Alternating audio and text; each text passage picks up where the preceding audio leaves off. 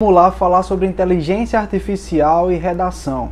Tem surgido muitas IAs, existem agora IAs que são específicas para correção de redação, existem IAs que fazem boas correções, existem IAs que fazem más correções, e hoje eu vou dar um panorama, explicar detalhadamente, fazer alguns testes para dar a minha opinião sobre o que eu acredito, o que eu acho sobre a correção de redações através de IAs. Vale a pena, não vale a pena, dá para aprender, não dá para aprender, vamos entender isso melhor. Olá, eu me chamo Francisco Ramais, sou professor de português e redação. Recomendo muito você se inscrever aqui no canal. A gente tem mais de 2 vídeos toda semana sobre português e sobre redação. Sempre preparo tudo com muito carinho, faço de tudo para te ajudar. Tem muito conteúdo relevante esse canal que vai te ajudar demais para fazer com que a redação deixe de ser um problema na sua vida. Eu garanto que eu vou te ajudar muito, então pode se inscrever. Pessoal, vamos lá. Inteligência artificial. Dá para corrigir redação com inteligência artificial? A resposta mais curta é assim, que dá. Mas é recomendado? Aí eu vou falar talvez não. Ou então eu vou falar assim, depende, tá? Por que que depende? Se você já tira de 800 para cima, né? Existem 2 grupos de redação, os que tiram de 700 para baixo, isso aqui geralmente é quem está iniciando, tá? Mas quando você estuda um pouco sobre a redação do Enem, se for concurso público também, tá? Se você tira de 70 para baixo, você está iniciando os estudos. Se você estuda um pouco, você já consegue tirar na casa de 80 para cima, ou se for no Enem, de 800 para cima, bem tranquilo, de verdade. Se você estudar um pouco, praticar, escrever umas 10 redações, você já alcança esse nível. Então assim, se você está nesse lado de cá, dos 800 para cima ou dos 80 para cima, dá para usar a IA para estudar. Agora, se você está desse outro lado, dos 700 para baixo ou dos 70 para baixo, aí eu já não recomendo. Por quê? Porque mesmo IAs específicas de redação, elas costumam sim, na propaganda ela vai dizer que não, mas elas costumam sim cometer desvios de interpretação. Por que é que isso acontece? Existem coisas em relação à correção de redação que são realmente interpretativas, são subjetivas, elas precisam de um olhar humanizado porque o humano entende o contexto da escrita, o robô não entende o contexto da escrita.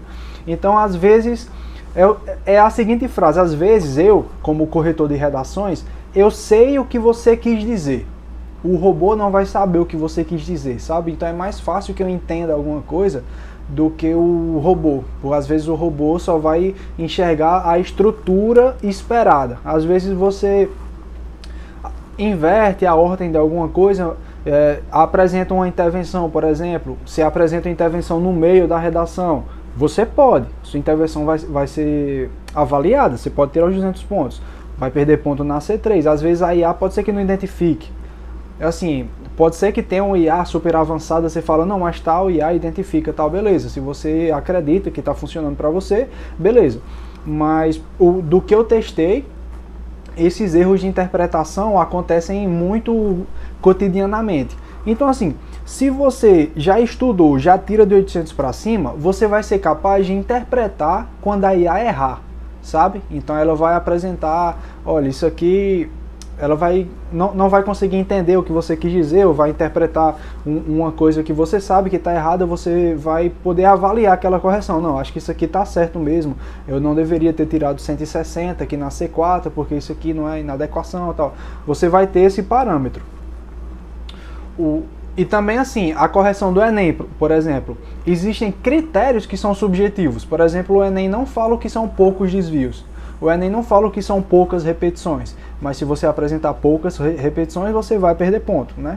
Ou é raras repetições, eu não tenho certeza agora, mas enfim, existem poucas, raras, algumas, né?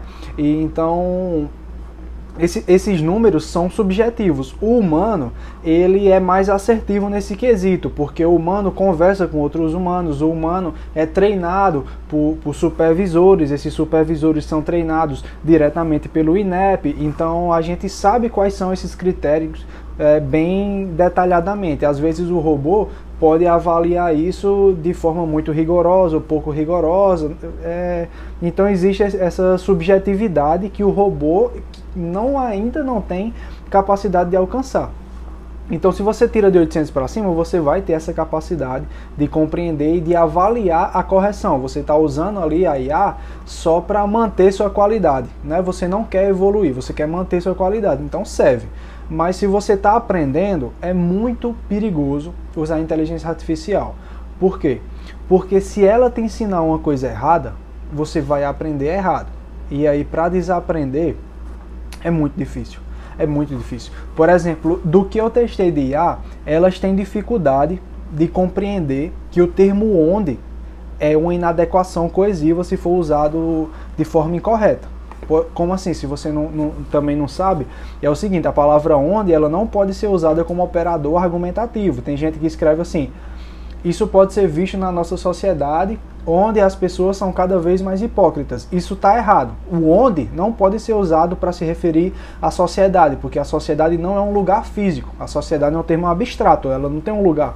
A gente só pode usar onde para lugares físicos, tipo onde está minha bolsa, onde é que você está, onde é sua casa. Lugares reais, físicos, que dá para ir até lá, que dá para tocar. Quando você usa o onde para se referir a termos abstratos, como nessa frase que eu mencionei, você está cometendo uma inadequação coesiva e você já é penalizado ali com menos 40 pontos. Você fica proibido de ter a nota máxima na C4 do Enem. Se for concurso público, você já também não vai tirar a nota máxima no critério que avalia o uso de operadores argumentativos. A IA tem dificuldade de compreender isso, tá? Inclusive tem uma plataforma que eu trabalho que a correção é feita por humanos, mas o feedback final que você recebe é feito por um IA. E, cara, assim, de 10 redações, 7 ela coloca o onde de forma incorreta. 7 não, mas 3 ela coloca o onde de forma incorreta no texto final. A gente tem que ir lá trocar por em que. Então, assim, ela tem uma dificuldade de entender que o onde é uma inadequação coesiva. Ela escreve assim: na C3, onde você apresentou tal, sabe? Você não pode usar o onde para se referir a C3. A C3 é abstrato, não dá para tocar na C3, não dá para ir até a C3. Então existem essas dificuldades. A IA vai ter dificuldade para interpretar questões subjetivas, como profundidade de argumentação, comprovação, exemplificação, vai ter essa dificuldade. A IA vai ter dificuldade de interpretar essas questões mais delicadas, como o uso de onde, ou então questões mais humanizadas, questão de rasura, de letra mais difícil, a IA vai ter dificuldade. Algumas plataformas estão realmente avançando para conseguir ler isso cada vez mais, mas mesmo assim, acho que por enquanto, eu só recomendo você estudar por IA se você já tiver um alto desempenho e conseguir avaliar aquela correção para ver o que está errado ou não. Você não quer mais aprender, você só quer que a sua redação seja avaliada. Aí beleza. Mas se você está estudando ainda, eu não recomendo, tá? Dá para funcionar? Funciona sim. Eu não vou falar que a IA não funciona, porque funciona, óbvio que funciona, mas é perigoso. Tá? É perigoso você começar do zero. Para exemplificar,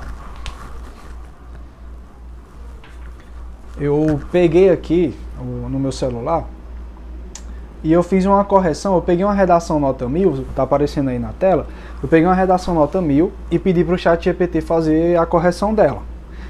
Coloquei um prompt simples, né? Você pode usar um prompt mais avançado e ela vai conseguir ter uma correção melhor. Eu usei um prompt bem simples, como vocês estão vendo aí.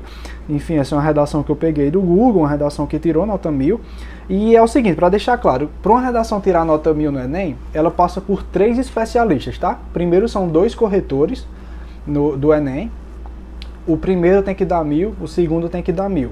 Quando os dois dão nota 1000, essa redação vai para um supervisor. Por quê? Porque o Enem não quer que você tire 1000, porque se você tira 1000, quer dizer que o vestibular não alcançou a dificuldade que ele precisa, né? O certo não é você tirar 1000.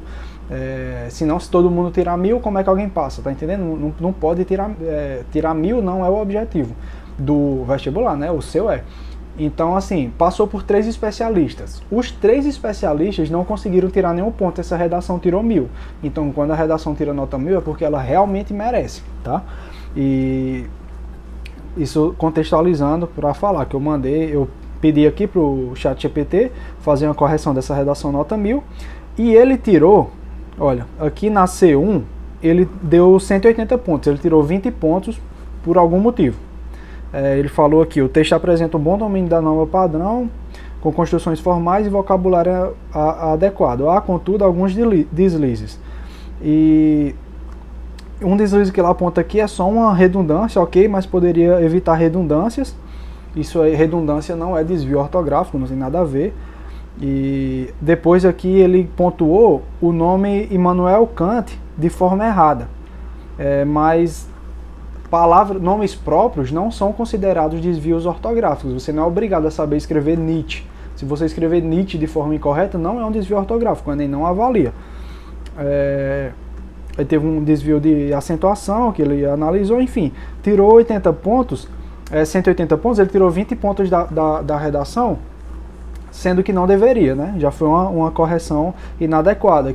Isso aqui poderia ser corrigido se você escrevesse um prompt mais específico. E aí na C3 também é o que mais dá problema, ele tirou mais 20 pontos, teve aqui um pequeno problema, ele teceu um grande elogio, que é uma redação muito bem escrita mesmo, eu li ela. Pequeno problema, algumas partes são repetitivas ou longas demais, o que tira um pouco da fluidez. Isso aqui não tem nada a ver com a argumentação, tá? Tá vendo que ele dá uma viajada? Então se você não entende da redação, tá começando agora, você vai achar que repetição de ideias tem a ver com a C3. Repetição de ideias é avaliado na C4, repetição de ideias ou de palavras ou de frases, e também algumas partes são longas demais. Isso aí, se você escrever um parágrafo muito longo e outro muito curto, beleza, é avaliado na C3, no seu projeto de texto. Mas período longo tem nada a ver com a C3, e ele tirou mais 20 pontos. Na coesão, ele tirou 20 pontos, ele falou assim, a coesão sequencial, as retomadas da tese aparecem bem distribuídas. C4 não tem nada a ver com retomada de tese, tá? Viajou de novo. Em alguns pontos, os conectores foram usados de forma excessiva, deixando o texto com certa rigidez. Ainda assim, mantém boa articulação entre as ideias. 180 pontos. Para você perder ponto na coesão, você tem que cometer inadequação ou cometer repetições. Fora isso, ou faltar operadores argumentativos. Não aconteceu nenhuma dessas três coisas e ele tirou 20 pontos. A C4 foi ok, deu os 200, e aí ele tirou 60 pontos, deu uma redação nota 1000, com justificativas nada a ver. Assim, tirar os pontos ainda é uma coisa, agora o problema é a justificativa incorreta, porque aí se você está estudando agora, começando a estudar agora, tira de 700 para baixo ou 70 para baixo, você vai aprender isso errado, entendeu? Então por isso que é muito perigoso envolver a IA para aprender redação. Então eu recomendo você aprender com o professor, fazer correções humanizadas, e aí depois que você já tiver craque, se você só quiser garantir a excelência, e aí você não quiser mais investir num professor, aí você pode ir para a IA, que é uma opção mais acessível, mas eu não recomendo que você aprenda através da inteligência artificial, beleza? Pessoal, espero que tenha ficado claro. Se você tem dificuldade em redação, ou se você já tira de 800 para cima e quer garantir a excelência, chegar perto da nota máxima, aqui na descrição do vídeo tem todas as opções que eu disponibilizo para você se tornar meu aluno, tá? Eu preparo tudo sempre ali com o maior carinho do mundo, com o maior detalhamento do mundo, tudo de forma humanizada. Eu faço de tudo para te ver aprovado, para receber tua mensagem me falando que a redação parou de ser um problema na tua vida, de verdade. Também tem um e-book que eu preparei com tudo que você precisa saber sobre a redação do Enem. Tem repertório explicado, argumento explicado, parágrafo por parágrafo explicado, competência por competência explicada,